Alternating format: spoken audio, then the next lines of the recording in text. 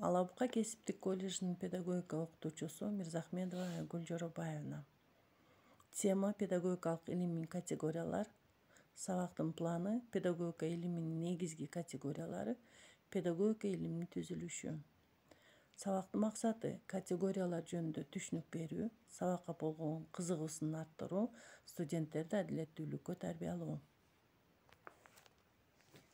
Педагогика илимин толук өздөштүрүү, анын негизги категориялары так, анык билүү, көз каранды. Категория ар бир илимдин эң негизги, эң маанилүү түшүнүктөрү катары кабыл алынып, изилденип жаткан объекттин процесси, кубулуштары жана алардын байланыштарын чагылдырат.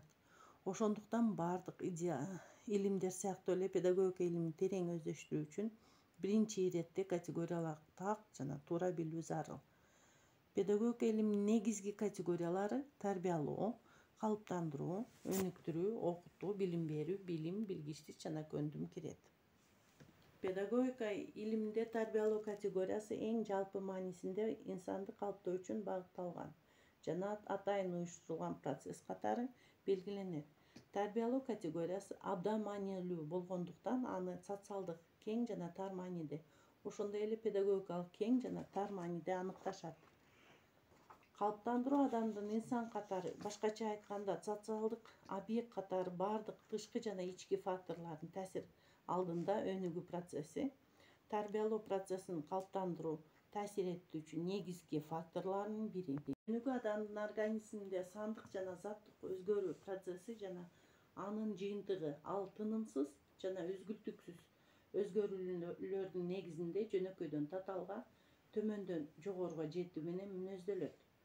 Окутуу алдын ала коюлган максатка жетүү үчүн атайын уюштурулган, багытталган жана жетектелген мугалимдер менен окуучулардын өз ара аракеттениши, ошондой эле окуучулардын өз алдынча даярдануу процесси. Билим берүү же билим инсандын илимий билимин, практикалык билгичтигин жана көндүмдөрдү өздөштүрүү менен бирге акыл эстин таанып билүү жана чыгармачылык ишмердүүлүктүн тигил же бул өнүгүү деңгээлине жетишүүсү. Билгичтик инсандын өз алдынча жана акыл эстүүлүк менен алган билимдерин практикада колдонуу ыкмаларына ээ болушу. Көндүм көптөгөн кайталоонун негизинде билгичтин жогорку деңгээлине жетишиши. Педагогика илиминин түзүлүшү педагогика илиминин өзүнүн өнүгүү жолунда өз алдынча өзгөчөлөнгөн предмети, максаты, маселелери бар. Педагогикалык илимдин системасында учурдагы педагогика илиминин төмөнкү педагогикалык тармактарды камтыйт.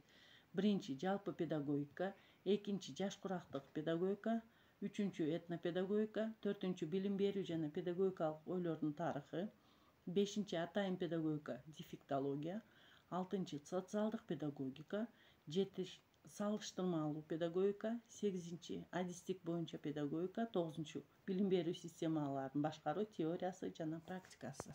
Сабакты бышыктоодо силерге төмөнкүдөй суроо берем: педагогикада канча категория бар? Үйгө тапшырма ар бир категорияга мисал келтиргиле, сабагыбыз аягына жетти, саламатта калгыла.